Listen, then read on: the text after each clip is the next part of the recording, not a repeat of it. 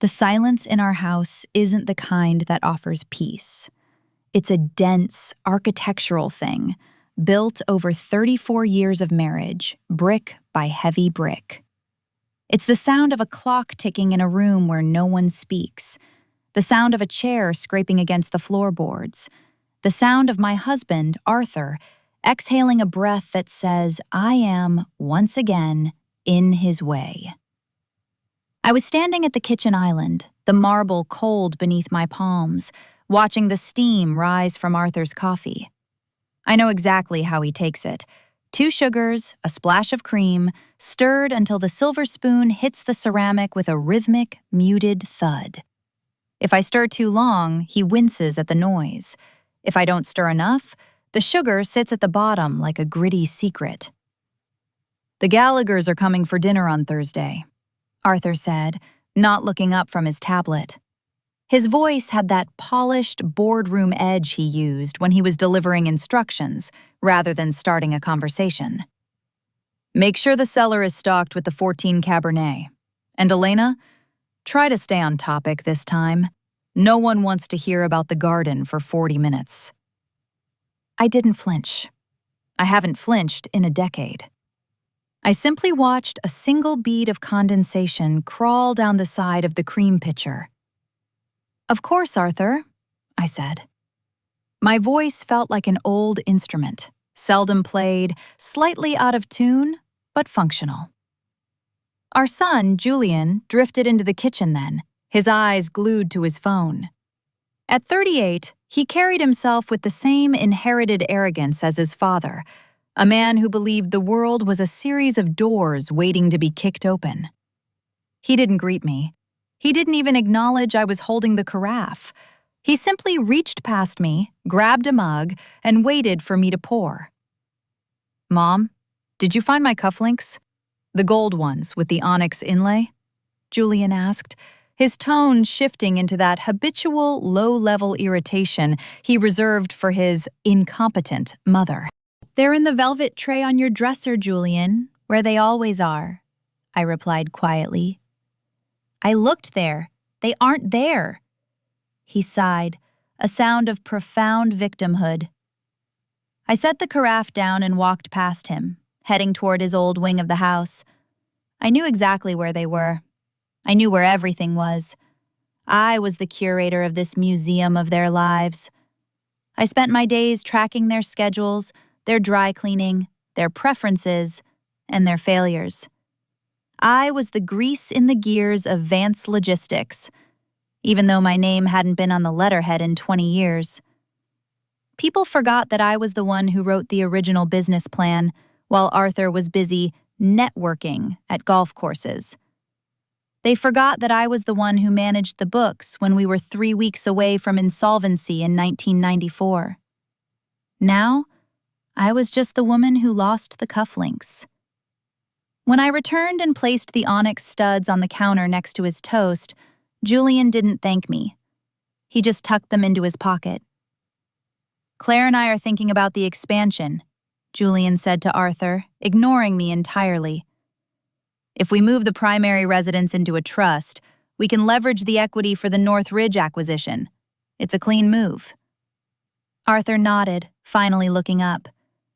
It's the smart move. We'll need your mother to sign the quitclaim. She's been holding on to that deed like it's a religious relic. I felt a small, cold spark in the center of my chest. That house, the one we were currently standing in, was my grandfather's. It was the only thing I had left that didn't have the Vance name stamped onto it like a brand. The house isn't for sale, Arthur, I said. I kept my voice level. If I sounded emotional, they would call me hysterical. If I sounded angry, they would call me difficult. Arthur's eyes flickered toward me, a brief, sharp annoyance. It's not being sold, Elena. It's being optimized. Don't be sentimental. It's beneath you. Besides, Julian needs the liquidity for the firm. You want your son to succeed, don't you? It was the trap they always used. My refusal was framed as a lack of love. my boundaries were framed as selfishness. "I'll think about it," I said, which was the lie I told to end the conversation. "Don't think too long," Julian added, biting into his toast. "The window closes on Friday." They finished their breakfast in a flurry of papers and vibrating phones, leaving behind a trail of crumbs, half-empty mugs, and the lingering scent of expensive cologne.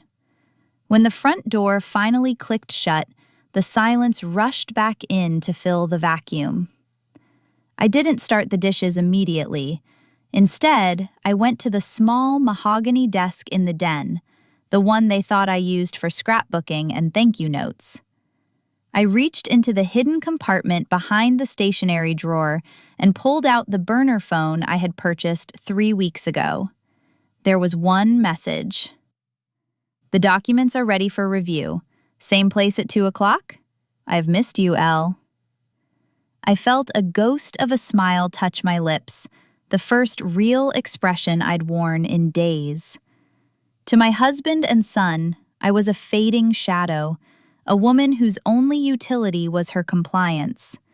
They were so busy planning how to strip me of my last assets that they hadn't noticed the way I'd been dressing lately. The slightly nicer silk scarves, the way I'd been leaving the house for errands that took 4 hours instead of 1. I went to the mirror in the hallway and smoothed my hair. I looked like a dutiful wife. I looked like someone who had given up. I grabbed my coat and my keys. As I walked out, I noticed a small black SUV parked 2 houses down. It had been there yesterday, too. I didn't look at it directly. I knew Claire, my daughter-in-law, was suspicious. She was the hunter of the family, always looking for a weakness to exploit. She likely thought I was seeing a lawyer, or perhaps a doctor. She was looking for a scandal to use as leverage for the house. She wanted to catch me in a betrayal. I reached into my purse and touched the cold metal of a key.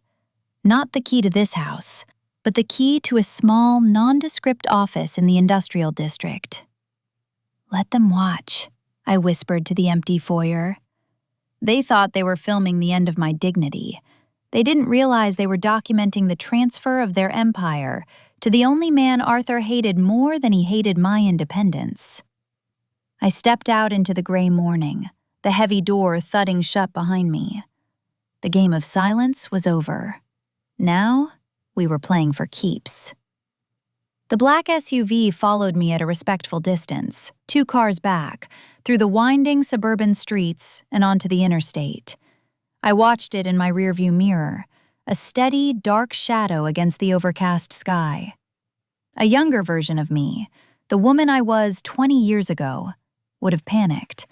She would have wondered what she'd done wrong, how she'd failed to be the perfect, transparent wife.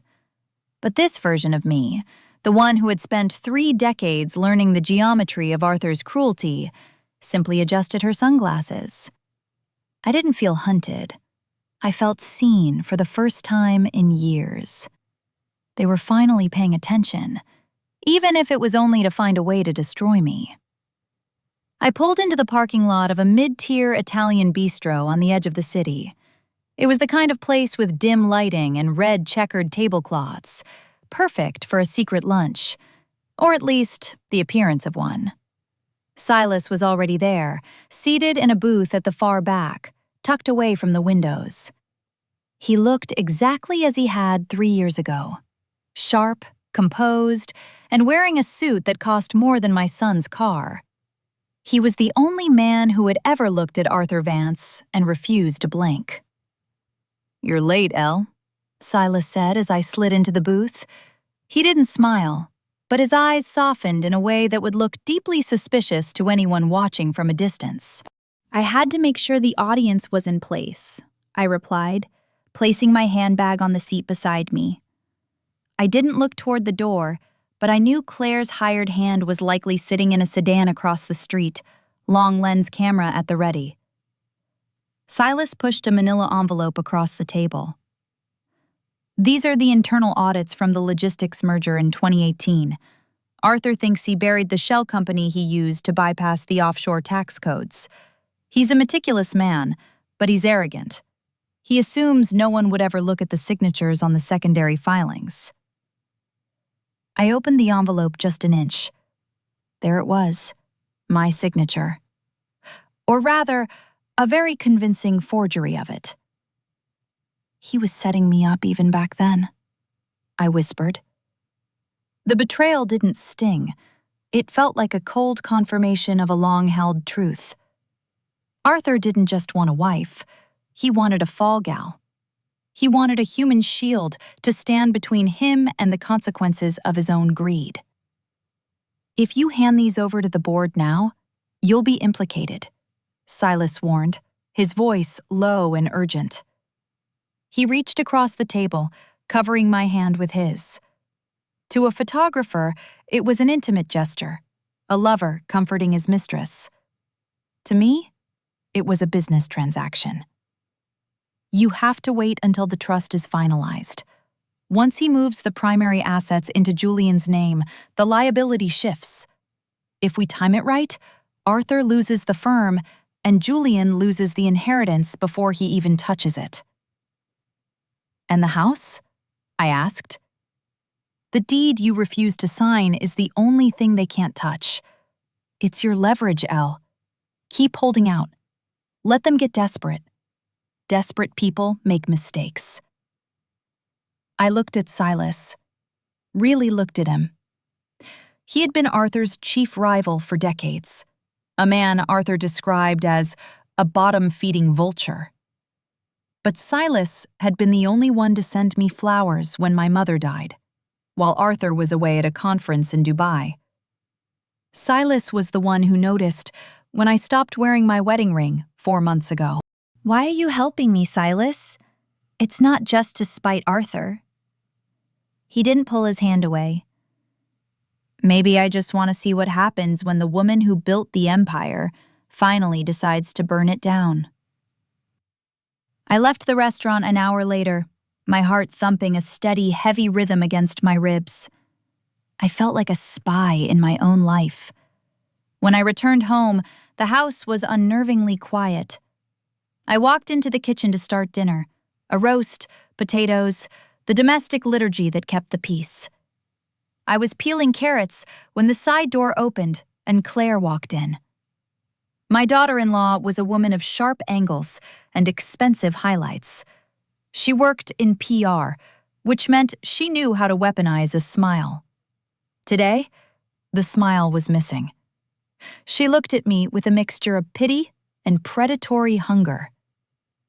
"Long lunch, Elena?" she asked, setting her designer bag on the counter. She didn't wait for an answer. She walked over to the stove and lifted the lid on the pot of boiling water. "You've been out a lot lately. Arthur was asking where you were. He had a conference call and couldn't find his files on the Port Authority project." "I was running errands, Claire. I'm allowed to have a life outside of filing Arthur's papers," I said, my back to her. "Of course you are." She stepped closer, her voice dropping to a conspiratorial whisper. "It's just, you look different, rejuvenated. Is there a new hobby I should know about? Or perhaps a new friend?" I turned to face her, the vegetable peeler still in my hand. "I don't know what you're implying, Claire." "I'm not implying anything," she said, her eyes flashing. "I'm just saying, this family has a reputation, and Julian is very sensitive about his father's legacy. We wouldn't want anything to complicate the trust transition. It would be a shame if Arthur felt he couldn't trust you with the house anymore." She was threatening me. It was subtle, veiled in the language of family concern, but the message was clear. We know you're up to something, and we will use it to take what we want. "The house is mine, Claire," I said firmly. "It was my grandfather's. It will be mine until the day I decide otherwise." Claire smiled then, a slow, chilling expression. We'll see about that. You know, Arthur is a very proud man. If he thought you were making a fool of him, he wouldn't just take the house. He'd take everything. He'd make sure you left this marriage with nothing but the clothes on your back. She turned and sauntered out of the room, leaving the scent of her cloying perfume behind. That evening, dinner was a performance of normalcy. Arthur complained about the wine, Julian complained about his subordinates. I sat at the head of the table, serving them, refilling their glasses, nodding at the right intervals. "I saw the black SUV today, Arthur," I said casually, breaking a piece of bread. The table went silent. Arthur's fork paused halfway to his mouth. Julian looked at his plate. "Did you?" Arthur said, his voice perfectly neutral. "Must have been the security detail for the neighborhood. There's been a rash of break-ins lately." "Is that what it is?" I asked, tilting my head. "I thought perhaps you were worried about me, that you wanted to make sure I was safe while I was out running my errands." Arthur looked at me then, his eyes cold and calculating. "I'm always concerned for your well-being, Elena, which is why I think we should finalize that trust paperwork tomorrow. It would give you one less thing to worry about. You seem distracted lately." "I'm not distracted, Arthur," I said, meeting his gaze. "I'm just observing." "Observing what?" Julian snapped, his patience wearing thin. "How much you all seem to want me to disappear," I said softly. The silence that followed was suffocating. I got up from the table, leaving my half-eaten meal, and walked toward the stairs.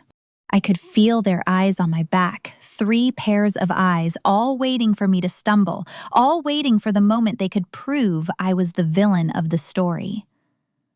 Upstairs, in the darkness of my bedroom, I pulled out the burner phone.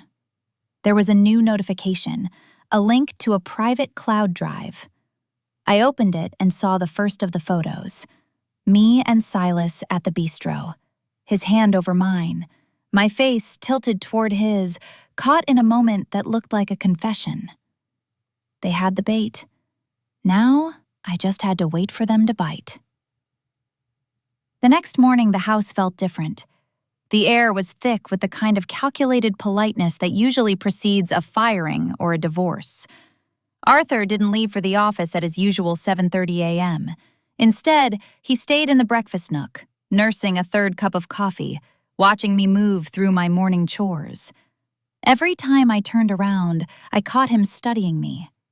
It wasn't the gaze of a husband admiring his wife. It was the clinical stare of a man looking for a crack in a foundation he intended to demolish. "Elena," he said, his voice smooth as glass. "I've been thinking about what you said last night, about us wanting you to disappear. It troubled me." I continued wiping the counter, the circular motion of the cloth a rhythmic comfort. "Did it, Arthur?" "Of course. And I realize that perhaps you're feeling overwhelmed. This house is a lot for one person to manage, and Julian mentioned you've been forgetful lately. The errands taking so long, the missed calls." He stood up and walked toward me, stopping just outside my personal space. "I've taken the liberty of scheduling a physical for you on Wednesday, with Dr. Eris, just to make sure everything is cognitively sound." The word cognitively hung in the air like a threat. He wasn't worried about my heart. He was setting the stage to claim I was no longer fit to manage my own affairs. If he could prove I was confused, the deed to my grandfather's house would be much easier to wrest away. "I'm perfectly fine, Arthur," I said, finally looking up. "My memory has never been sharper. In fact, I remember things from 30 years ago as if they happened this morning. Like the night you came home and told me we were broke, and I stayed up until dawn redrafting the freight contracts while you slept." His jaw tightened. He hated being reminded that the pedestal he sat upon was built by my hands. "That was a long time ago, Elena. Things are more complex now. Which reminds me, I've had your car taken in for service. The brakes seemed a bit soft when I moved it last night. The driver will be here to take you wherever you need to go for the next few days." He was taking my keys. It was a soft imprisonment, masked as a husband's concern. "I see," I said. "How thoughtful." "I thought so." He patted my shoulder, a heavy, patronizing gesture, and walked out to the foyer where his assistant was waiting. 10 minutes later, Claire appeared. She didn't knock. She never did. She walked into the kitchen with a box of expensive pastries, looking like the picture of a devoted daughter-in-law. "I heard about the car, Elena. Such a hassle," she said, setting the box down. "But honestly, with the traffic in the city lately, it's probably for the best. You seemed so tired yesterday when I saw you coming out of that little bistro." She paused, waiting for me to bite. I didn't. I just started loading the dishwasher. "It's a shame, really," Claire continued, leaning against the counter. "Julian and I were looking at the neighborhood data. If we don't get the trust filed by Friday, the tax implications are going to be devastating for the firm. Julian is so stressed, Elena. He's barely sleeping. He feels like his own mother is rooting for him to fail." "Julian is a grown man, Claire. If his success depends entirely on his mother's inheritance, perhaps he isn't the businessman his father thinks he is." Claire's mask slipped for a fraction of a second. A flash of pure, unadulterated loathing crossed her face before she smoothed it back into a pout. "That's a very cold thing to say. But I suppose that's the new Elena, isn't it? The one who has secret lunches with men like Silas Thorne?" She said the name like a curse. I felt a thrill of victory. They had identified him. They knew exactly who I was meeting. To them, Silas wasn't just another man. He was the enemy who had spent a career trying to dismantle Vance Logistics. For me to be seen with him wasn't just an affair. It was high treason. "Silas is an old acquaintance," I said, my voice intentionally trailing off, suggesting a depth of history that wasn't there. "An acquaintance," Claire repeated, her voice dripping with sarcasm. "Is that what we're calling it? Elena, listen to me. Arthur is a proud man. If he finds out you're collaborating, in any way, with a man who wants to destroy his life's work, he won't just be angry. He will be scorched earth. Sign the papers. Give Julian the house. We can make all of this unpleasantness disappear. Arthur never has to see the photos." "Photos?" I asked, feigning a slight tremor in my voice. Claire reached into her bag and pulled out a single 4x6 print. It was the shot Silas and I had staged, his hand over mine, my head bowed in what looked like an intimate confession. "The private investigator is very good, Elena. He has hours of footage. You entering that office building in the district. You meeting him for drinks. It looks devastating, especially for a woman of your standing." I took the photo, my fingers trembling just enough to satisfy her. I looked at my own face in the image. I looked small. I looked guilty. I looked exactly like the victim they wanted me to be. "What do you want, Claire?" "I want you to be the woman everyone thinks you are," she whispered. "The loyal wife, the supportive mother. Sign the deed. On Friday, we'll have a family dinner, the trust will be settled, and I'll make sure these photos are deleted. You can go back to your garden, and we can all pretend this little rebellion never happened." She left the photo on the counter, a silent blackmailer's promise. I waited until I heard her car pull out of the driveway before I went to the den. I didn't cry. I didn't panic. I sat at my desk and opened the burner phone. They showed me the photos. I texted Silas. And? His reply came seconds later. They think they've won. They think the house is the prize. They have no idea the house is just the Trojan horse, Silas replied. The server access you gave me from Arthur's home office has already started the crawl. I have the ledger, Elle. All of it. The empire is already in my hands. We just need them to sign the trust documents on Friday. I looked at the photo of myself on the counter. In that moment, I realized that for 34 years, I had been the ghost in this house, haunting the hallways I cleaned and the meals I cooked. I had been a ghost because I chose to be invisible, thinking it was the only way to keep the peace. But a ghost has one advantage over the living. It can walk through walls. I picked up a pen and a piece of stationery. I didn't sign the deed. Instead, I began to write a list. A list of every time Arthur had lied to the SEC. Every time Julian had padded his expense accounts. Every time they had treated me like a piece of furniture they could simply trade in for a newer model. I wasn't just handing the keys to Silas. I was giving him the blueprints to the demolition. The curiosity hook for them was the affair. They were so blinded by the scandal of a loyal wife cheating that they weren't looking at what I was doing with my other hand. They didn't realize that while they were filming my secret life, I was filming their financial death. I heard the front door open. The driver was here to take me on my supervised errands. I tucked the list into my bra, right against my heart. It felt warm. It felt like the first real thing I'd felt in years. "I'm coming," I called out, my voice steady and bright. I walked out of the house, leaving the blackmail photo on the counter for Arthur to find when he came home for lunch. Let him see it. Let him stew in the betrayal. The more he focused on my lover, the less he would notice the sound of his own empire cracking at the seams. The driver, a man named Marcus who looked like he'd been carved out of gray stone, didn't speak to me during our 3 hours of errands.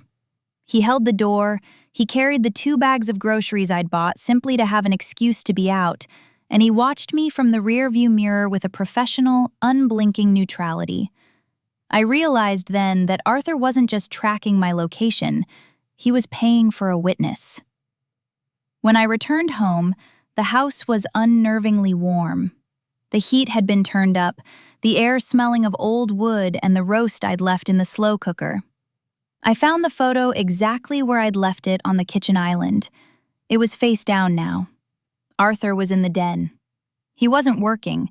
He was sitting in his high-backed leather chair, staring at the empty fireplace. A glass of scotch, neat, sat on the side table. The silence was so heavy it felt like it had its own mass, pressing against my eardrums. "The groceries are in the kitchen, Arthur," I said, shedding my coat. He didn't turn around. "Marcus said you went to the park. For 40 minutes. You sat on a bench and did nothing. No phone, no book, just sat there." "It's a nice park. I like the way the wind sounds in the oaks." "Is that where you meet him?" Arthur's voice was a low vibration, the sound of a predator trying to remain calm before the strike. "In the open? Or does he prefer the squalor of those back alley offices in the district?" I walked into the den and stood by the window, looking out at the manicured lawn. "I don't know what you're talking about." "Don't," he snapped, the ice in his glass clinking as he finally reached for it. "Claire showed me. I know who he is, Elena. Silas Thorne.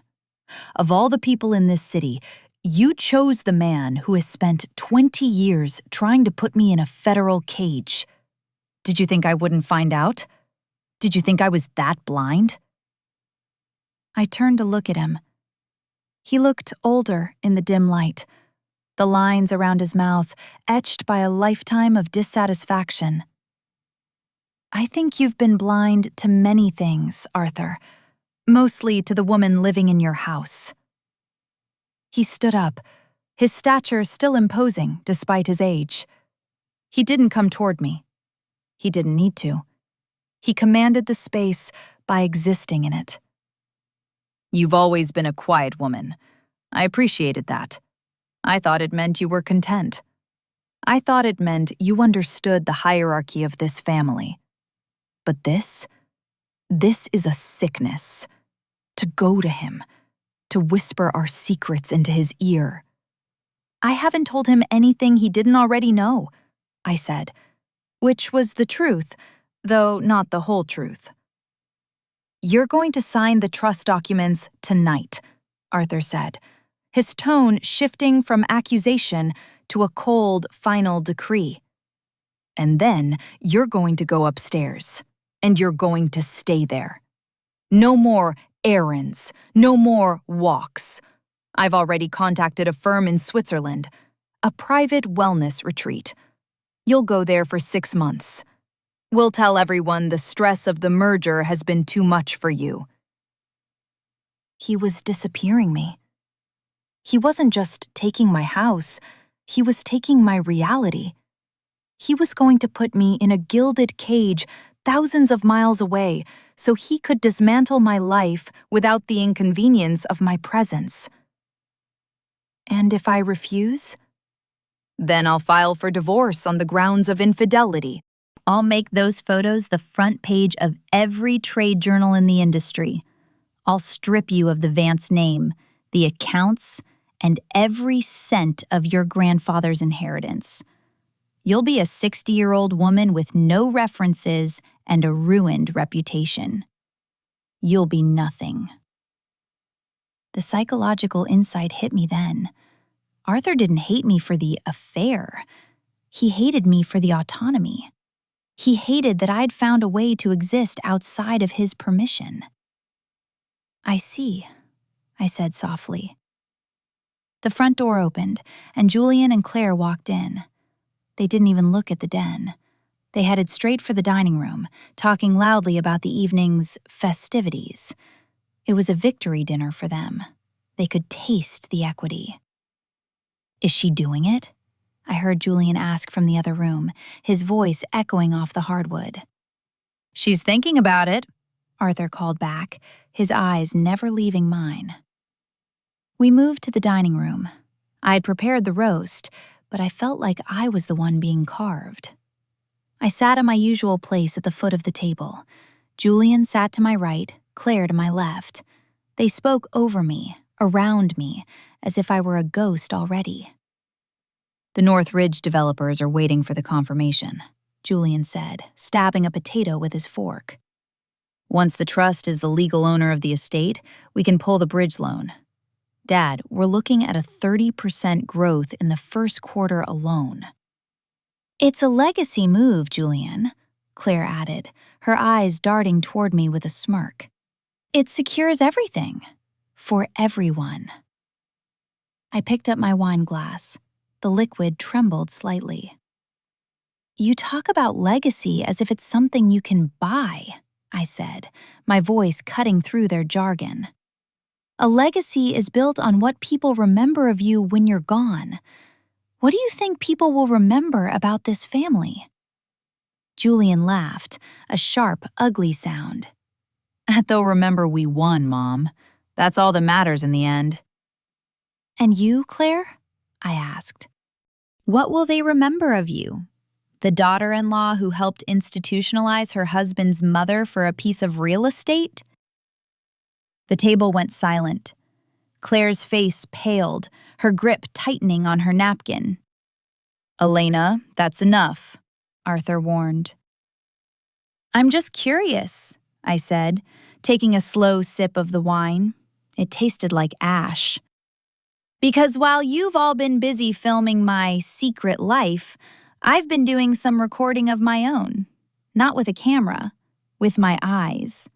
And with the access I still have to the primary server in the study." Arthur's expression didn't change, but I saw the muscles in his jaw ripple.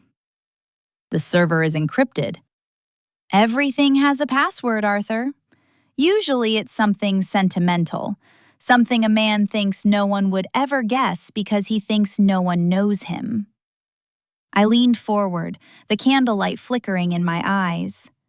Your password was the name of the dog you had when you were 12, the only thing you ever truly loved that couldn't talk back to you. Julian looked at his father, a seed of doubt finally planting itself in his arrogant mind. Dad, what is she talking about? She's bluffing, Arthur said, though his voice lacked its usual granite certainty.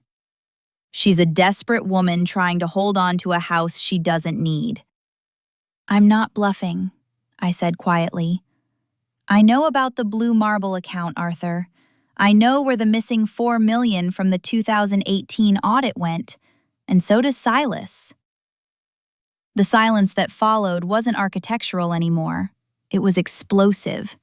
It was the sound of a vacuum before a collapse. Arthur's face went a terrifying shade of red. He stood up so quickly his chair toppled backward, crashing against the floorboards. You gave him the ledger? I gave him everything, I lied. Well, half-lied. Silas had the ledger, but he didn't have the final authorization to leak it. Not yet. You've destroyed us, Julian whispered, his face white. Mom, do you have any idea what you've done? That's my future. That's Claire's future. No, Julian, I said, standing up with a grace I hadn't felt in decades. That's the debt you've been running up on my soul for 30 years. I'm just finally calling it in. I walked toward the stairs. I could hear them behind me, the frantic whispering, the sound of Arthur's heavy footsteps toward the study, Claire's voice rising in a panicked pitch. I reached the landing and looked down at them. They looked so small from up here. 3 people huddled together in a house that was no longer a home, clutching at the ruins of an empire that was already being sold piece by piece to their greatest enemy. The trust papers are on the desk, I called down. I didn't sign them, but I did leave you a gift. I changed the password to the server. You won't find it. Not tonight. I went into my room and locked the door. I sat on the edge of the bed and picked up the burner phone. One message from Silas. The transfer is 80% complete.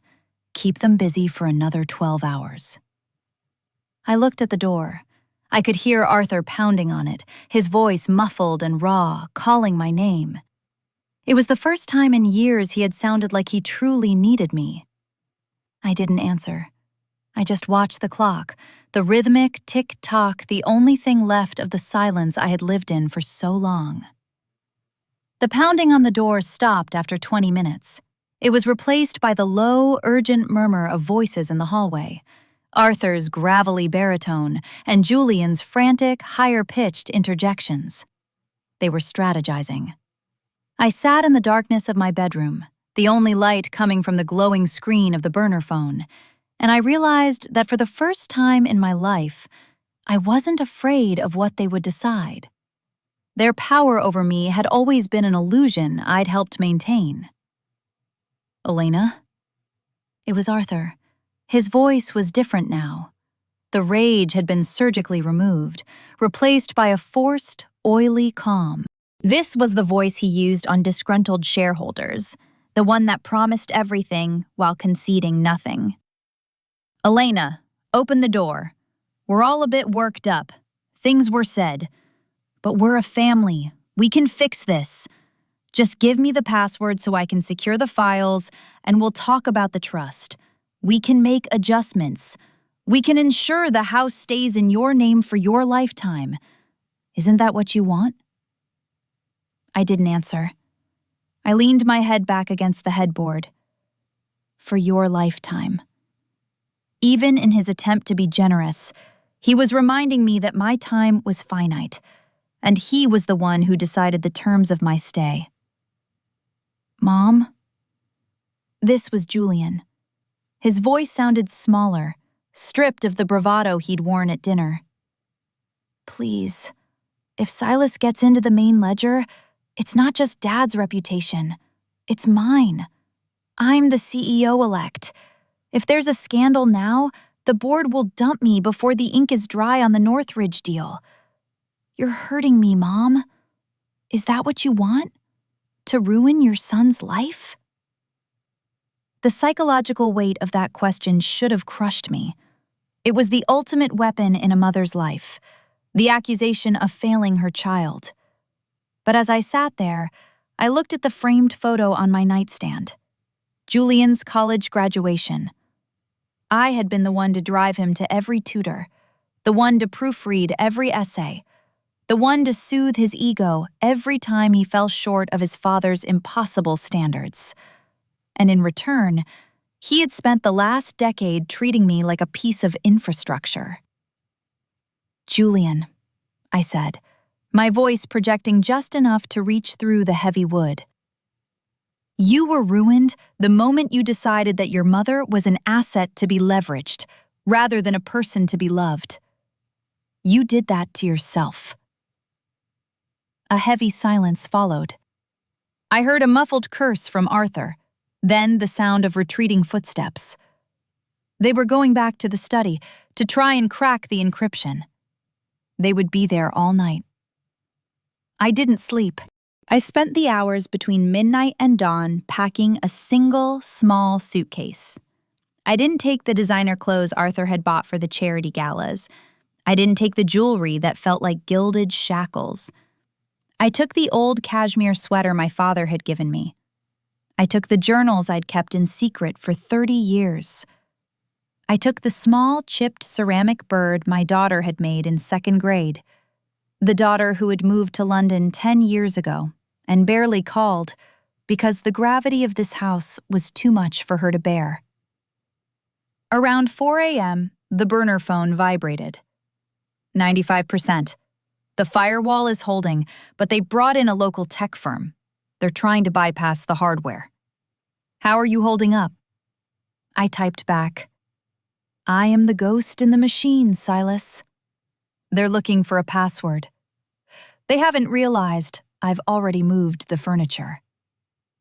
As the sun began to bleed a pale, sickly gray through the curtains, I opened my bedroom door. The house was freezing. Arthur had likely forgotten to check the HVAC schedule, or perhaps the tension had simply sucked the warmth out of the vents. I walked down the stairs, my suitcase clicking softly against each step. The light in the study was still on. I could see the glow under the door. I walked into the kitchen and, out of habit, reached for the coffee maker. I stopped myself. The sink was full of the dishes from last night's aborted dinner. The roast sat on the counter. The fat congealed into a white, waxy film. The sight of it, the evidence of their total inability to function without my labor, was more devastating than any insult they'd hurled at me. You're leaving? I turned. Claire was standing in the doorway of the breakfast nook. She was still wearing her dress from the night before, her makeup smudged, her hair beginning to fray. She looked at my suitcase with a mixture of horror and envy. I'm going for a drive, Claire, I said. Arthur will have Marcus stop you. He's already called the security team. He thinks you're going to Silas. Arthur can call whoever he likes, I said, picking up my car keys from the hook, the ones I'd swiped back from his dresser while they were arguing in the hallway. But tell him this. If anyone stops me, the remaining 5% of that ledger goes live on the public server immediately. Silas doesn't need my permission for the final upload. He just needs my silence. Claire stepped toward me, her hands trembling. Elena, wait. Please, just talk to me. If the firm goes under, Julian and I lose everything. The penthouse, the accounts, the standing. I worked so hard to get here. You worked hard to marry into a name, Claire. You never worked for the man. That was your mistake." I walked past her. I felt a strange lightness, as if my bones were made of bird-hollow glass. I stepped out onto the porch. The morning air was sharp and tasted of salt and damp earth. I saw the black SUV idling at the end of the driveway. Marcus was inside. He saw me, and for a moment, I saw him reach for his radio. I held up my phone. I didn't need to say a word. I just stood there in the morning light, a 60-year-old woman in a sensible coat, holding the detonator to their entire world. Marcus stayed in the car. He didn't move. I got into my sedan, the one Arthur thought was broken, and turned the key. It roared to life.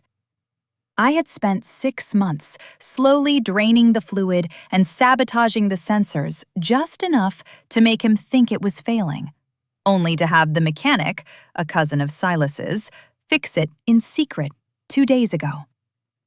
As I backed out of the driveway, I looked up at the master bedroom window. Arthur was standing there. He looked small. For the first time in 34 years, he wasn't the giant who filled the room. He was just a man in a bathrobe, watching his foundation drive away. I didn't head for Silas's office. I headed for the coast. I had one more stop to make before the world ended, and it wasn't to a lover. It was to a safety deposit box in a small town 2 hours north, a box that contained the one thing Arthur had forgotten I still owned. The curiosity hook wasn't the ledger anymore. It was what my grandfather had truly left me in that house, and why Arthur had been so desperate to get his hands on the deed before Friday. The silence followed me, but for the first time, it felt like a song. The road north follows the spine of the coast, a winding ribbon of asphalt that skirts the edge of the Atlantic. I've driven this route 1,000 times in my head, usually while staring out the kitchen window as the rain lashed against the glass. In my mind, I was always driving toward a sunset, but the reality is much grayer, much colder. The heater in the car is working overtime, but the chill feels like it's coming from inside my own bones. As the miles pile up between me and the house, the physical weight in my chest begins to shift. It's not disappearing, it's just changing shape. For decades, it was a heavy, suffocating block of granite. Now, it's a sharp, jagged piece of flint. I stopped at a roadside diner about 40 miles out of the city. I sat at a Formica counter that had been scrubbed so thin the wood grain was starting to show through. I ordered black coffee and a piece of dry toast. I watched the other patrons. A young couple arguing in hushed tones over a map, a trucker scrolling through his phone, an old woman nursing a cup of tea. None of them knew who I was. To them, I was just another traveler, a woman of a certain age with a tired face and a sensible coat. I wasn't the matriarch of the Vance fortune. I wasn't the silent partner. I was nobody. It was the most intoxicating feeling I'd ever had. My phone buzzed in my pocket. Not the burner, the official one, the one Arthur paid for. I looked at the screen. 11 missed calls from Julian, 4 from Claire, and a single text from Arthur that read, "The Northridge board is meeting at noon." "Elena, don't do this. You're destroying your own family. Think of the grandchildren." The grandchildren. The 2 little girls I was allowed to see on Sundays, provided I didn't spoil their routine and stayed out of Claire's way. He was using them as human shields. It was his final, most predictable move. I turned the phone off and left it on the diner counter. Let them track it there. I reached the town of Oakhaven just after 10 a.m. It's a town that time and the Vances had forgotten. My grandfather, Elias Sterling, had been the town's only doctor for 50 years. He was a man who believed that a person's word was a legal contract and that a house was not an asset, but a witness. The bank was a small brick building on the corner of Main Street. When I walked in, the bell above the door chimed, a bright silver sound that felt like a greeting. "Good morning," the teller said. She was an older woman, her silver hair pinned back in a neat bun. She looked at me for a long moment, her eyes narrowing behind bifocals. My goodness, Elena? Elena Sterling? "Hello, Mrs. Gable," I said, a genuine smile finally reaching my eyes. "It's been a long time." 30 years, at least. We heard you moved to the city, married that businessman." She said the word businessman the way someone might describe a persistent rash. Oak Haven remembered Arthur Vance, but they didn't respect him. They remembered the way he'd tried to buy up the local timber rights when I was 24. "I'm here to access the box," I said. "Number 412. She didn't ask for my ID. She didn't need to. She led me into the small, quiet vault and turned the key. The safety deposit box was a long metal tray. I took it to a private booth and sat down. Inside was a single, thick envelope sealed with wax and a small, leather-bound notebook. I opened the notebook first. It was my grandfather's ledger. But it wasn't a ledger of money. It was a ledger of debts. Not the kind you pay with cash, but the kind you pay with land. I pulled out the document from the envelope. It was the original deed to the Northridge property. Not just my house, but the entire 200-acre tract that Arthur and Julian were planning to develop into a luxury lifestyle community. Arthur had spent 5 years acquiring the parcels around my grandfather's house, thinking he was assembling a puzzle. He thought he had the majority. He thought the house was the final piece. He was wrong. My grandfather hadn't just owned the house. He had been the trustee for the Oak Haven Conservation Covenant. According to the document in my hands, a document Arthur had never seen because he'd never bothered to look into my family's history beyond the dollar signs, the Northridge land could never be developed for commercial use as long as the Sterling house remained standing and inhabited by a blood relative. If the house was sold to a trust or a corporation, the covenant would be broken, and the land would revert to the state as a protected forest. Arthur and Julian didn't just need the house for the equity. They needed the house to disappear. They needed me to sign the quitclaim to the trust so they could legally demolish the only thing standing between them and a $50 million development deal. I sat in the silence of the vault and felt a cold, hard clarity. They hadn't just been trying to move me into a wellness retreat. They were trying to erase the bloodline from the land so they could pave over it. My burner phone vibrated. 99% complete. The ledger is mine, Elle. But I found something in the subsidiary files. Something about a Project Horizon at Northridge. They've already sold pre-construction bonds. Elena, if that project fails, they're not just broke. They're looking at securities fraud. I leaned back against the cold wall of the booth. They were already in debt to people who didn't take no for an answer. They had gambled the entire company on a project that relied on me being a quiet, compliant old woman who would sign whatever was put in front of her. I picked up the pen from the desk. I didn't sign the deed. I wrote a single sentence on the back of my grandfather's ledger. The land remembers. I walked out of the bank and stood on the sidewalk. The town was peaceful. The wind smelled of pine and the coming winter. I saw a black sedan pull up at the end of the block.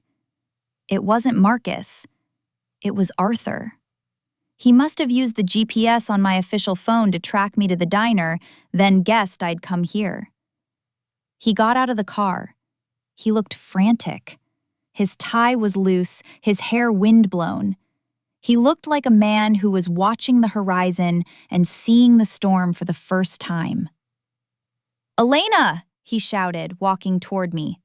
"Give it to me. I know you have it. The original filing. Give it to me and we can go home. I'll forget all of this. I'll fire the security team. We'll go to London to see our daughter. Just give me the papers. I stood my ground. I held the envelope to my chest. You don't want me to go to London, Arthur. You want me to go away. You want to tear down my grandfather's house so you can build your legacy on top of his bones. It's progress, he hissed, stopping a few feet away. It's the future. What is one old house compared to the survival of the Vance name? The Vance name is a shell, Arthur. It's a forgery, just like the signatures you put on those audits. His face went pale. The air around us seemed to thin. How much did Silas tell you? Enough to know that by noon, the board won't be meeting to discuss your expansion. They'll be meeting to discuss your replacement. I turned and began to walk away, toward the small park where my grandfather used to sit. You can't walk away, Arthur screamed behind me. I'll have you committed.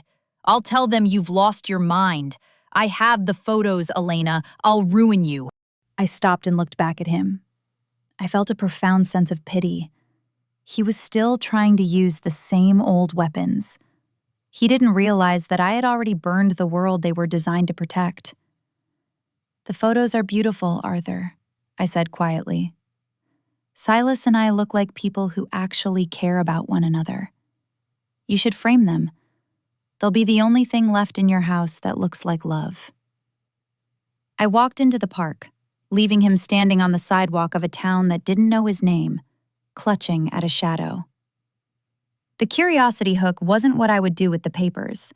It was what Julian would do when he realized his father had gambled his entire future on a lie, and that his mother was the only one who could save him, or finish him off. I drove back to the city with the envelope sitting on the passenger seat, a silent, paper-thin passenger that carried more weight than the car itself. I didn't rush. I watched the sunset bleed into the Atlantic, a bruised purple and orange that reminded me of the silk scarf Arthur had bought me for our 20th anniversary, the one he'd handed to me without looking up from his newspaper. I had worn it for 3 years until the edges frayed, thinking the gift was a sign of hidden depth. I realize now it was just a line item in an assistant's ledger. When I pulled into the driveway of the estate, the house looked like a staged set. Every light was on, casting long, artificial beams across the lawn. It was a house that was trying too hard to look occupied, to look stable. As I walked through the front door, the silence was gone, replaced by the frantic, low-voltage hum of a crisis in progress. I could hear Julian's voice coming from the dining room, the sharp, staccato rhythm of a man who was losing an argument with a phone. I don't care what the contingency says. If we don't break ground by the 15th, the bondholders will trigger the clawback. Find a way to bypass the covenant. He rounded the corner into the foyer, his face flushed, his silk tie loosened and hanging like a noose around his neck. He stopped dead when he saw me. He didn't ask if I was okay. He didn't ask where I'd been. "Where are the papers, Mom?" he asked, his voice trembling with a mixture of rage and genuine pathetic fear. "Dad said you were in Oakhaven. He said you have the original Sterling filings." "I do," I said, slowly unbuttoning my coat. I hung it on the brass hook.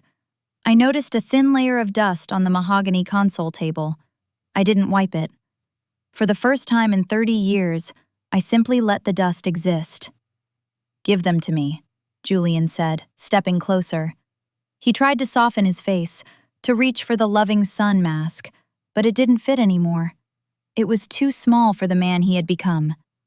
"Mom, please. You don't understand the scale of this. If Project Horizon fails, we don't just lose the money. The SEC will look at everything. They'll look at the signatures. They'll look at the way Dad moved the 2018 funds. We could all go to prison. Is that what you want? To see me in a jumpsuit because of some old trees in Oakhaven?" "You keep saying we, Julian," I said, walking past him into the kitchen. I was hungry. I wanted tea. But I didn't sign those audits. I didn't leverage a protected wilderness for a bridge loan. You and your father built this cage. I'm just the one who stopped holding the bars in place. I filled the kettle. The sound of the running water seemed to aggravate him. He slammed his hand down on the counter. You're working with Silas Thorne. The man is a vulture.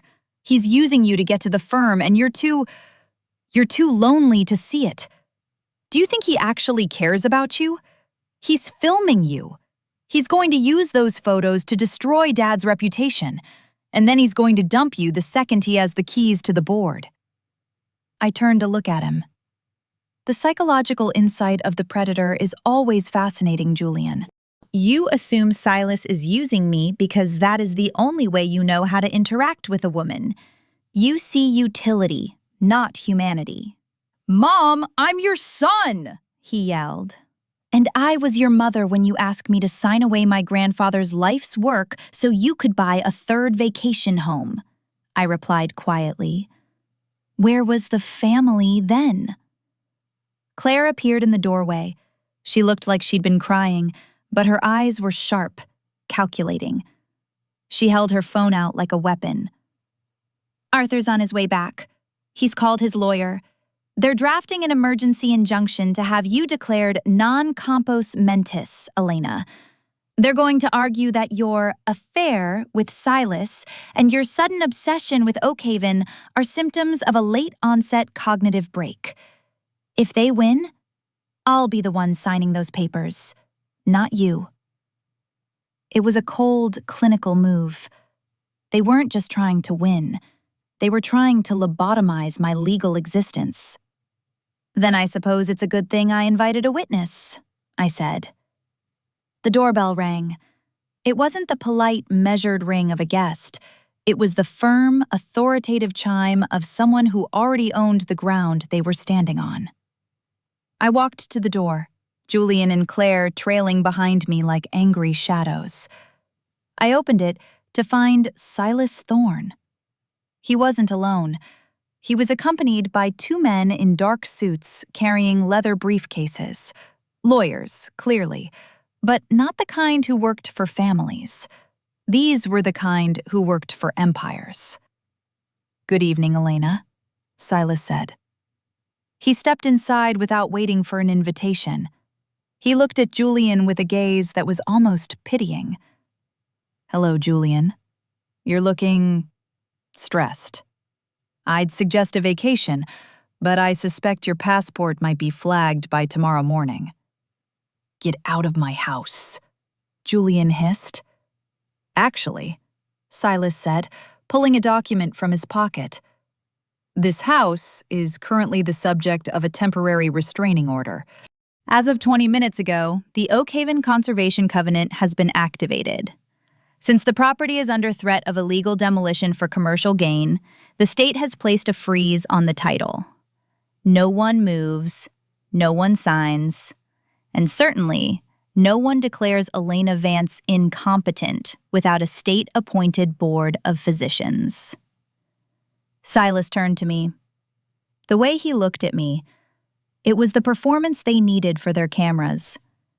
He reached out and touched my cheek, a gesture so tender and so utterly false that I almost laughed. "Are you all right, darling? They haven't been bothering you, have they?" I saw the flash through the sidelight window. The photographer in the black SUV was getting the money shot. The affair was now a matter of public record. "I'm fine, Silas," I said, playing my part. I leaned into his touch. I could feel Julian's blood pressure rising from across the room. "You're a dead man, Thorne," Julian whispered. "My father will burn you to the ground."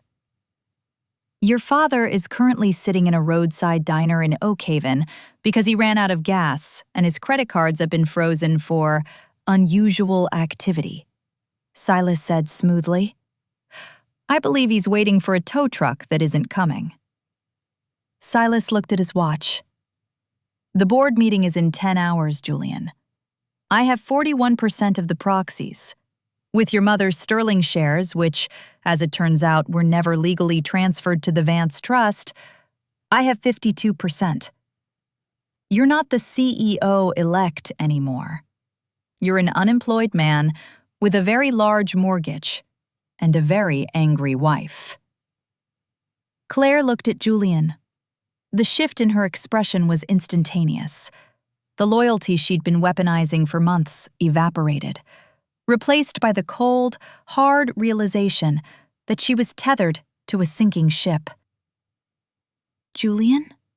she asked, her voice small. "What does he mean, never legally transferred?" Julian didn't answer. He looked at me, his eyes wide, looking for the mother who used to fix his mistakes. "I never signed the 2012 amendment, Julian," I said. "I told you I did. I even showed you the page. But the one I filed with the county was the original. You were so busy looking at the numbers, you never checked the stamp." I felt a sudden, sharp exhaustion. The adrenaline was fading, leaving behind the hollow ache of a woman who had just destroyed her son's world to save her own. "Get your things, Elena," Silas said, his voice dropping to a genuine whisper. "You shouldn't be here when Arthur gets back." "I'm not leaving," I said. I looked around at the house, the foyer I'd polished, the stairs I'd climbed 10,000 times, the walls that had absorbed 30 years of my silence. This is my grandfather's house. If anyone is leaving, it's them. I walked toward the kitchen to finish my tea. The curiosity hook wasn't the board meeting. It was the fact that Silas hadn't told me everything. As I sat at the table, I noticed a second envelope tucked into the side pocket of his briefcase, one with the seal of the district attorney. Silas wasn't just taking the company. He was making sure there was no one left to take it back. And for a fleeting, terrifying moment, I wondered if I was on his list of casualties too.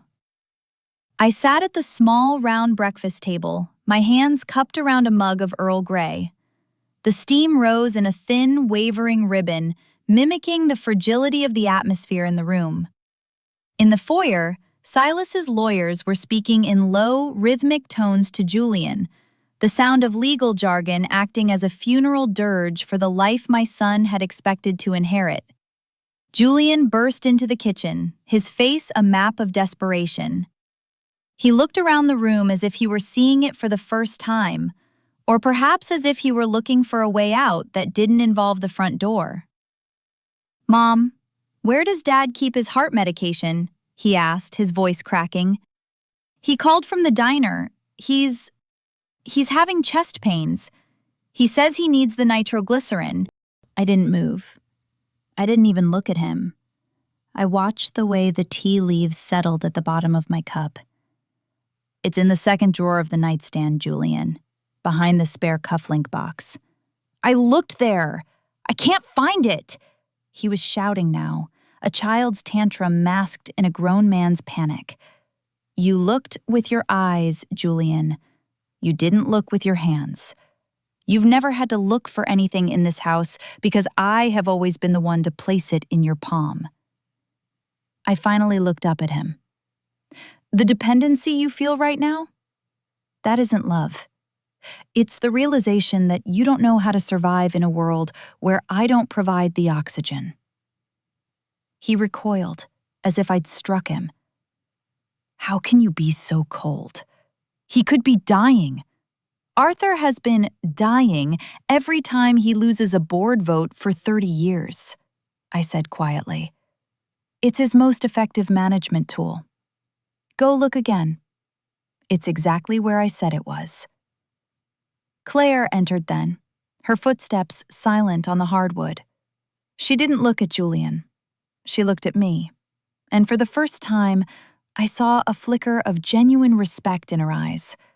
The kind of respect a soldier gives to an enemy who has successfully laid a minefield. "The SUV is still outside," Claire said, her voice devoid of its usual performative sweetness. The photographer just got a shot of Silas Thorne's lead counsel shaking hands with Julian. To the outside world, it looks like a settlement. It looks like the Vances are surrendering. "We aren't surrendering," Julian yelled, turning on her. "Then you're drowning, Julian. Pick a metaphor, but the result is the same." Claire walked to the counter and poured herself a glass of water. She didn't offer any to Julian. The alliance was dead. "Elena, what's in the envelope Silas was carrying? The one with the government seal." I set my mug down. "I imagine it's the price of his silence, Claire." Silas walked into the kitchen then. He had dismissed the lawyers. He looked around the room, his eyes lingering on the chipped paint on the windowsill, the worn edge of the rug. He looked like an appraiser, deciding what to keep and what to burn. "The tow truck finally picked up Arthur," Silas said to the room at large. "He'll be here in 20 minutes. I suggest, Julian, that you and Claire take your things and go to a hotel. It's going to get very loud in this house, and I don't think you have the stomach for what comes next." "You can't kick us out," Julian stammered. "I'm not kicking you out," Silas said, stepping closer to Julian, his height an unspoken threat. "I'm giving you a head start. The DA's office is executing a search warrant on the Vance Logistics mainframes at 8 a.m. tomorrow. If you're here when they arrive, you'll be processed with the rest of the assets. If you're at the peninsula, your lawyer might be able to argue you were unaware of your father's bookkeeping methods." Julian looked at me. He was waiting for me to contradict Silas. He was waiting for me to say, "Stay, I'll protect you." I took a slow, deliberate sip of my tea. It was getting cold. Julian turned and bolted from the room, Claire following close behind. I heard them running up the stairs, the sound of suitcases being dragged across the floor, the frantic opening and closing of drawers. It was the sound of a family disintegrating in real time. "You didn't tell me about the DA," I said, my voice flat. Silas sat down in the chair Julian had just vacated. He reached across the table, his fingers brushing the edge of my saucer. "I told you I would handle the logistics, Elle. The DA was already looking at the 2018 filings. I just gave them the lens they needed to see the fraud clearly." "And the project? Northridge?" "Scrapped," Silas said. "The land reverts to the Sterling Trust. You won, Elena. The house is safe. The land is safe." "And the lover?" I asked, looking him in the eye. "The photos the photographer is taking right now? The ones that will be on the page 6 of the business journals tomorrow?" Silas smiled. It was a beautiful, dangerous expression. "It gives you the perfect cover. A woman scorned, finding solace in the arms of a rival. No one will ever suspect you were the architect of the collapse. They'll just think you were the prize Arthur lost because he was too busy counting his money to count his blessings." I felt a sudden, sharp chill. The psychological insight hit me with the force of a physical blow. Silas hadn't helped me because he loved me. He had helped me because I was the perfect weapon. By framing this as a romantic betrayal, he was protecting himself from any accusation of corporate espionage. I wasn't his partner. I was his camouflage. "You're just like him," I whispered. Silas didn't deny it. "I'm much better than him, Elle. I know how to say thank you." He stood up as the sound of a heavy engine pulled into the driveway. The headlights swept across the kitchen walls, momentarily blinding us. "That's Arthur," Silas said. "I'll leave through the back. The photographer will get a shot of me sneaking out into the woods. It adds to the drama." "Silas!" I called out as he reached the door. "What was in the second envelope?" The one you didn't show the lawyers." He paused, his hand on the frame.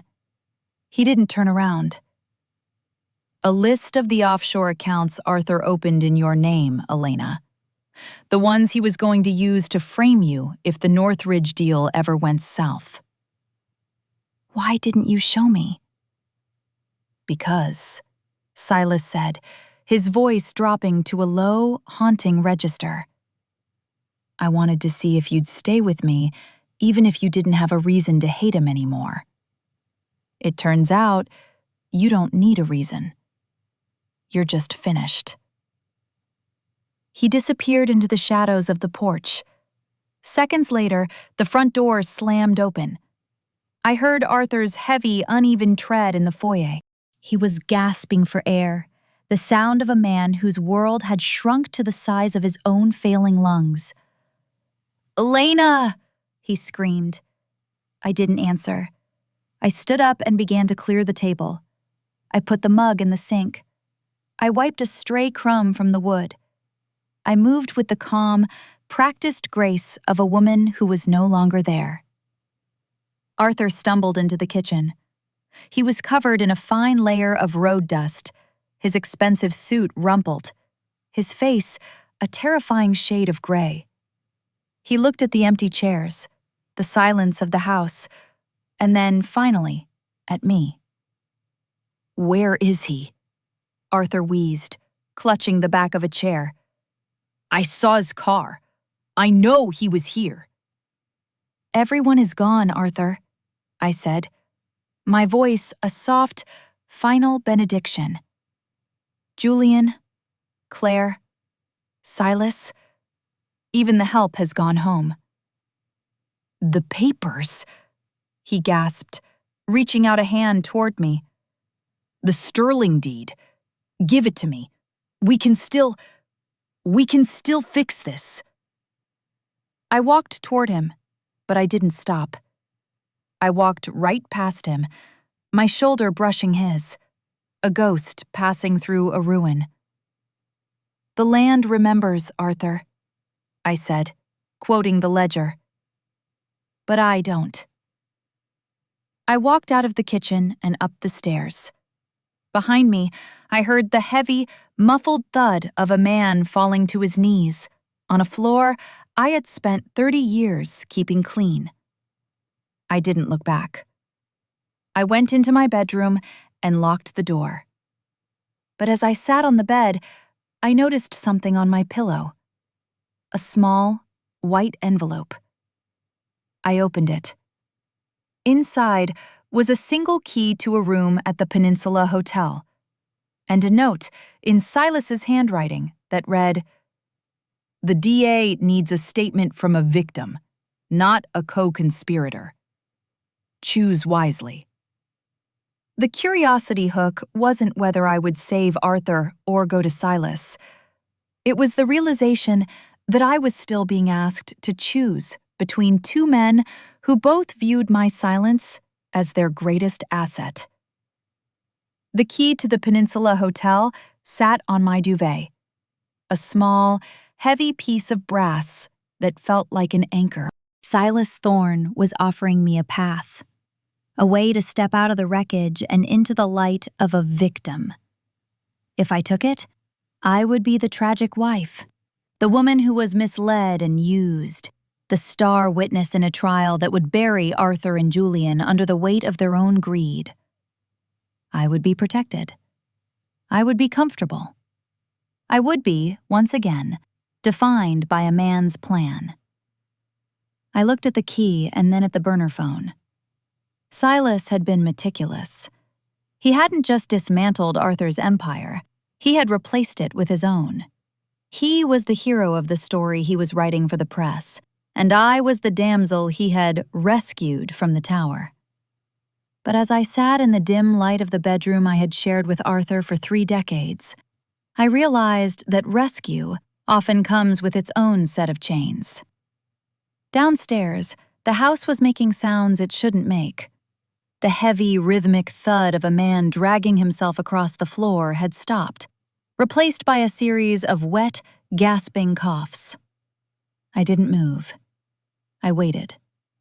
I counted the seconds between the coughs, a habit born from years of monitoring Arthur's health, ensuring he was fit enough to continue the life he demanded. For the first time, I wasn't listening to see if he needed help. I was listening to see if he was still a threat. A muffled ringing echoed from the nightstand. It was the official phone, the one I'd left on the diner counter. Except it wasn't. I realized I'd left the car phone in the kitchen. No, the sound was coming from Julian's room across the hall. He'd left his work phone behind in his haste to flee.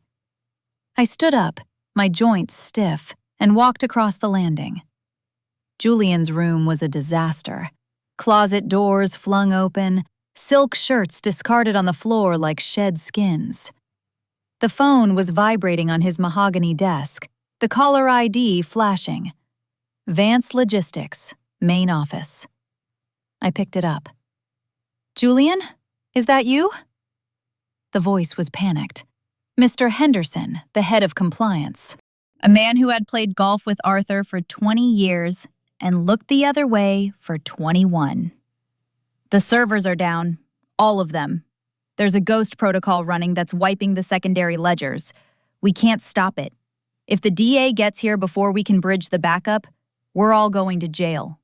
Tell your father to call the offshore technicians in Singapore. Now." I didn't say a word. I listened to his frantic breathing, the sound of a man who realized the ground had turned to water. "Julian?" Henderson's voice dropped. "Who is this?" "The ghost," I said softly, and I ended the call. I walked back to the stairs and looked down. Arthur was slumped against the bottom step, his head lolling back against the banister. He looked like a discarded marionette, the strings cut and tangled. His eyes were open, tracking my movement as I descended. "Elena," he whispered, his voice a dry rasp. "The phone. Henderson called?" "He did," I said, stopping 3 steps above him. I looked down at him. From this height, I could see the thinning hair on the crown of his head, the age spots on his hands, the utter fragility of the man who had loomed so large over my life. "The ledgers are gone, Arthur. Silas didn't just take the data. He's erasing the evidence of his own involvement while leaving the signatures that point directly to you and Julian." Arthur's hand twitched, reaching for my ankle. I stepped back, out of his reach. You let him?" Arthur wheezed. A thin line of saliva trailed from the corner of his mouth. "You're his accomplice." "No, Arthur. I'm the silence you relied on. You thought that because I didn't speak, I wasn't listening. You thought that because I didn't leave, I couldn't imagine a life without you." I leaned against the banister. "Silas is a predator, just like you.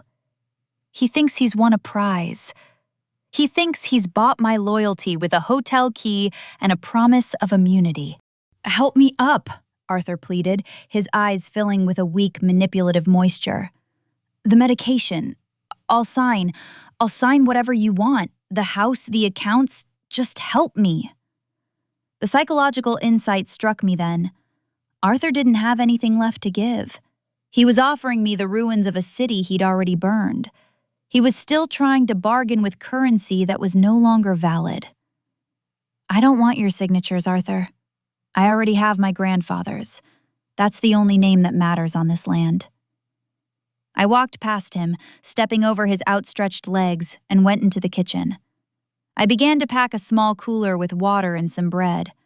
I worked with a clinical, detached efficiency. The front doorbell rang. Again. I went to the foyer. This time I didn't look through the side light. I opened the door. It wasn't Silas. It wasn't the police. It was my daughter, Sarah. She was standing on the porch, her face pale, a trench coat thrown over her pajamas. She lived 3 towns over. I'd forgotten she'd moved back from London 6 months ago. We hadn't spoken since the move. I'd been too tired to reach out, and she'd been too ashamed of her father's shadow to come close. "Mom?" she whispered, her eyes darting past me to where Arthur lay slumped on the stairs. "I saw the news. The blogs. They're saying things. About you and a man named Thorne. And the firm. Mom, what's happening?" She saw Arthur then. She gasped, stepping inside and dropping to her knees beside him. "Dad? Oh my God, Dad! Mom, why aren't you calling 911? "He's having one of his episodes, Sarah," I said, my voice sounding distant even to my own ears. "He's waiting for the tow truck." "He's turning blue!" she screamed, reaching into her purse for her phone. I watched her. I watched the way her hands shook, the way she immediately fell into the role of the caretaker, the same role I had occupied for 30 years. I saw the cycle beginning again in her. The panic, the responsibility for a man who would never thank her, the sacrifice of her own peace for his survival. "Sarah," I said, my voice sharp enough to stop her thumb over the keypad. She looked up at me, tears streaming down her face. "Mom, he's dying." "He's been dying for a long time, Sarah. We've just been the ones keeping him alive." I walked over to her and placed my hand on her shoulder.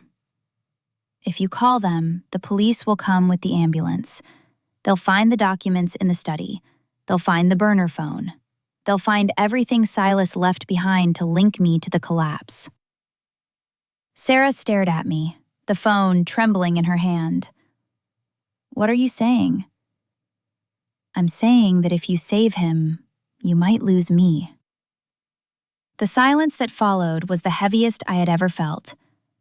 It was the weight of a daughter's love for a flawed father versus her dawning realization of her mother's suffering.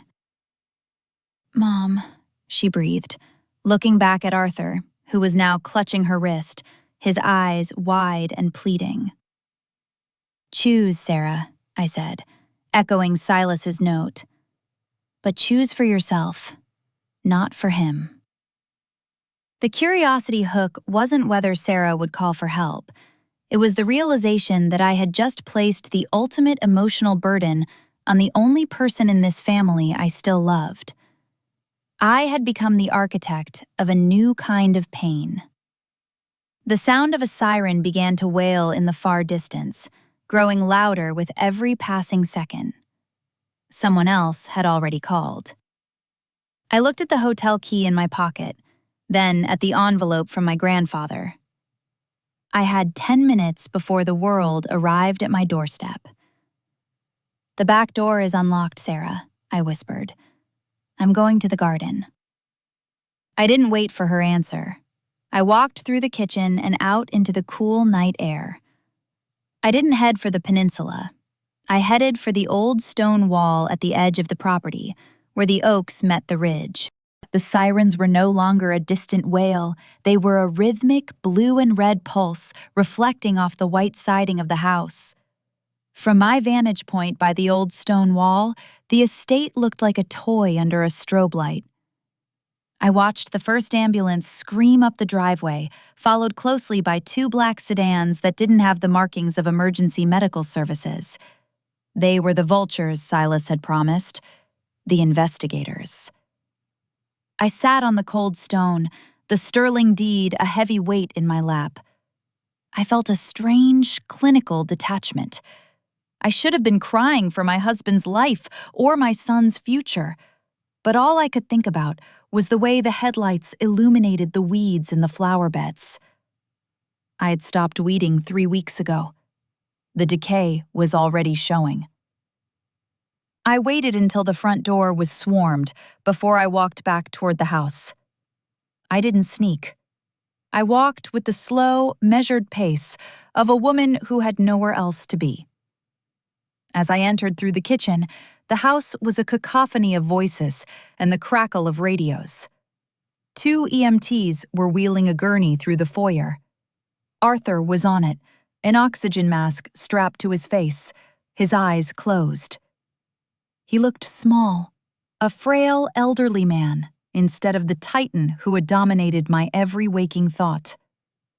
Sarah followed the gurney, her face a mask of tear-streaked horror.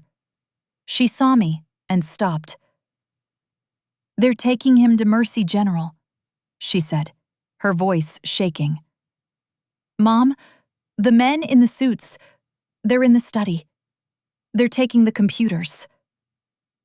"Let them," I said. A man in a trench coat stepped into the kitchen. He had the tired, cynical eyes of someone who spent his life looking at the underside of success. Detective Miller, he'd called himself when he flashed his badge. "Mrs. Vance?" he asked. "I'm sorry about the timing, but we have a warrant for the financial records of Vance Logistics. Your husband's condition doesn't change the court order." "I understand, Detective," I said, my voice perfectly level. "The study is at the end of the hall. My husband's assistant, Mr. Henderson, was on the phone earlier. He seemed quite concerned about a ghost protocol. You might want to start there." Sarah stared at me, her mouth agape. I was handing them the matches while the house was still smoldering. "Mom, what are you doing?" she whispered. "I'm being a witness, Sarah," I replied. Detective Miller studied me for a long moment. He was looking for the grief-stricken wife, the woman who would beg for a moment of privacy. Instead, he found a woman who was offering him coffee. "We'll need a statement from you later. A man was seen leaving the property through the backwoods just before we arrived. A Silas Thorne. Do you know him?" "He's a business rival of my husband's," I said, the lie sliding out with practiced ease. "He was here to discuss a settlement. It was a very emotional meeting." The detective nodded, satisfied with the scandal narrative. It was a story he understood. A failing empire, a desperate wife, a predatory rival. He didn't see the architecture beneath it. He didn't see that I was the one who had invited the predator in. The house cleared out after an hour. Arthur was gone to the hospital. Julian and Claire were presumably at their hotel, staring at the news. The investigators were still in the study, the rhythmic thud-thud of boxes being filled echoing through the vents. Sarah stayed. She sat at the kitchen table, her head in her hands. "He's going to die in a hospital bed while they're searching his desk, isn't he?" "Arthur is a survivor, Sarah. He'll live just long enough to realize he's lost everything. That's his real punishment." I sat across from her. I wanted to reach out, to stroke her hair as I did when she was a child, but the distance between us felt miles wide. I had spent so many years protecting her from the truth of her father that she no longer knew who I was without him. "Silas Thorne," Sarah said, looking up. Her eyes were red. "The blogs are calling it an affair. They have a photo of you two at some restaurant. Is it true?" "Does it matter?" I asked. "If I told you I loved him, would it make this easier? If I told you I used him, would it make it worse?" "It makes you someone I don't recognize," she whispered. "Good," I said. "The woman you recognize was a shadow. You shouldn't want to know her." My burner phone vibrated in my pocket. I went to the mudroom to answer it. "The hospital says he's stable." Silas's voice was smooth, devoid of the adrenaline of the night. "A minor cardiac event. He'll be conscious by morning. The investigators found the blue marble files exactly where I said they would be. You're clear, Elle. I've made sure your name isn't on any of the problematic filings." "And Julian?" I asked. There was a pause. "Julian signed the sub-ledger for the Northridge bonds. He's going to have a difficult time, Elle. But I can make it go away if you sign the proxy for the Sterling shares tonight. I need the majority to block the board's liquidation." The hook was set. Silas wasn't just offering me a way out. He was using my son's freedom as the final bargaining chip. He had replaced Arthur's blunt cruelty with a sophisticated surgical leverage. He knew I wouldn't trade the house, but he bet that I would trade the company to save Julian. "I'll think about it," I said. "Don't think too long. The DA is looking for a scapegoat, and Julian is the perfect fit. He has the ambition and the paper trail." I hung up and looked out at the garden. The dependency had shifted. For 30 years, I was dependent on Arthur for my status. Now, my son was dependent on me for his liberty, and I was dependent on Silas for the narrative. I felt a sudden, sharp psychological realization. I wasn't free. I had just changed managers. I walked back into the kitchen. Sarah was gone. She'd likely followed the ambulance to the hospital, unable to stomach the coldness of the house. I was alone. I went to the study door. The investigators had left for the night, sealing the room with yellow tape. I looked at the tape, the bright plastic barrier. For the first time in my life, I didn't feel the urge to clean up the mess. I went to the basement and found the old trunk where I kept my grandfather's things. I pulled out a heavy, cast-iron key. It didn't belong to the estate. It belonged to the small cabin on the Northridge property, the one Arthur had wanted to bulldoze first. I realized then that the secret life they had filmed wasn't the one I was having with Silas. It was the one I was building in the woods, one brick at a time, while they were busy watching the cameras. The curiosity hook remained. Silas thought he had the Sterling shares. He thought the proxy was his. But he hadn't seen the final page of my grandfather's ledger, the one that stated the shares could only be transferred upon the death of the holder, or to a legal heir who resided on the land. If I stayed in this house, the shares were mine. If I left for Silas, they vanished. I sat on the basement floor, the silence of the house finally beginning to feel like my own. Tomorrow, Arthur would wake up. Tomorrow, the world would demand to know whose side I was on. I looked at the cast-iron key. I wasn't going to the peninsula. And I wasn't going to the hospital. I was going to wait for the foundation to finish crumbling. The hospital room smelled of sterile defeat and the sharp chemical tang of a life held together by plastic tubes. Arthur looked ancient against the white sheets, the rhythmic hiss of the ventilator, the only thing filling the silence that used to belong to his voice. I stood at the foot of the bed, not as a grieving wife, but as a bookkeeper closing the final page of a long, fraudulent ledger. He opened his eyes. They were clouded, but when they settled on me, a spark of the old, predatory fire flickered. He tried to speak, his hand clawing at the bed rail. I built it," he wheezed, the words barely audible behind the mask. "Everything. For you. For the name." "No, Arthur," I said, leaning in just close enough for him to see the lack of pity in my eyes. "You built it for the mirror. You just used our bodies as the frame. You'll be interested to know that Julian is currently being processed by the DA. He's telling them everything. He's not a leader, Arthur. He's a frightened boy who has never been told no by anyone but his mother. He thinks that by giving them you, he can save himself." Arthur's heart monitor began to spike, a frantic beep, beep, beep that mirrored the collapse of his legacy. I didn't call the nurse. I simply watched him. "The Sterling shares," he gasped. "Thorne. He has them?" "That's what he thinks," I said, a small smile finally touching my lips. I left the hospital and drove to the secret office in the district, the one where the cameras had filmed me and Silas.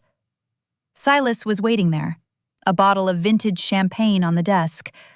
He looked triumphant. He looked like a man who had just won a war without firing a single shot. "The board just voted, Elle," Silas said, rising to meet me. "Liquidation is off the table. I'm the majority stakeholder. Once you sign the final transfer of the Sterling voting rights, Vance Logistics becomes a subsidiary of Thorne International." We did it. He pushed the document toward me, a gold pen resting on top of it. He looked at me with that same lover's gaze, the one that had fooled the cameras and the investigators.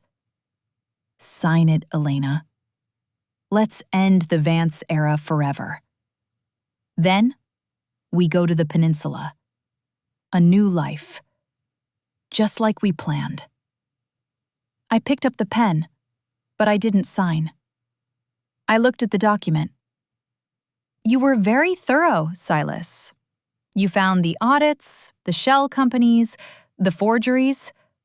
You even found the project bonds Julian signed. You're a brilliant strategist." "I know a good asset when I see one," he said, his voice dropping to a low, intimate purr. "That's the problem," I said, setting the pen down. "You always saw me as an asset, a weapon to use against Arthur. But you missed one very important detail in my grandfather's ledger. You see, the Sterling shares aren't the voting rights for the land. They are the debt holders for the environmental remediation of the North Ridge Quarry, a site Arthur used for illegal dumping in the late 90s. Silas's smile faltered. "What are you talking about?" "By taking the majority stake in the Sterling shares, Silas, you didn't just take the company. You took the legal and financial liability for 30 years of toxic waste. The EPA has already been notified. The keys to the empire you were so eager to take? They're the keys to a $50 million cleanup that you, as the new majority owner, are now personally responsible for." The color drained from Silas's face. He looked at the document as if it had turned into a snake. You set me up." "I didn't set you up, Silas. I just stopped being silent. I let you believe exactly what your ego wanted to believe, that a lonely, exhausted woman would burn her husband's world just to feel the warmth of your attention." I stood up, smoothing my coat. "You and Arthur spent 40 years playing a game of chess. You forgot that the board is the only thing that actually matters. And I own the board." I walked out of the office. The cameras were still there, the paparazzi and the investigators waiting for the scandalous couple to emerge. I didn't hide my face. I walked right through them. A woman who had finally stepped out of the shadow of men. I didn't go to the peninsula. I didn't go back to the estate. I drove to the North Ridge cabin. It was a small, sturdy structure of stone and cedar, tucked away where the oaks grew thickest. Sarah was there, waiting on the porch. She had my suitcase and a box of old photographs. "Is it done?" she asked, her voice steady. "It's done," I said. "The firm is Silas's problem now. The debt is his. The scandal is theirs. And the land stays with us." We sat on the porch as the sun dipped below the horizon, casting long, peaceful shadows across the forest floor. For the first time in my life, there was no one to cook for, no one to clean up after, and no one to monitor for signs of impending rage. In the distance, the lights of the city flickered, a world of men shouting into the wind, building monuments to their own vanity. Here, there was only the sound of the wind in the oaks, and the slow, rhythmic breathing of a woman who had finally found her own voice in the silence. I reached into my pocket and pulled out the small black burner phone. I didn't check the messages. I didn't look at the news. I walked to the edge of the ridge and tossed it into the dark, silent depths of the valley. I walked back to the porch and sat down beside my daughter. "What do we do now, Mom?" Sarah asked softly. I looked out at the trees, the ancient, unyielding witnesses to everything I had endured. "Nothing, Sarah," I whispered, the words feeling like a cool glass of water.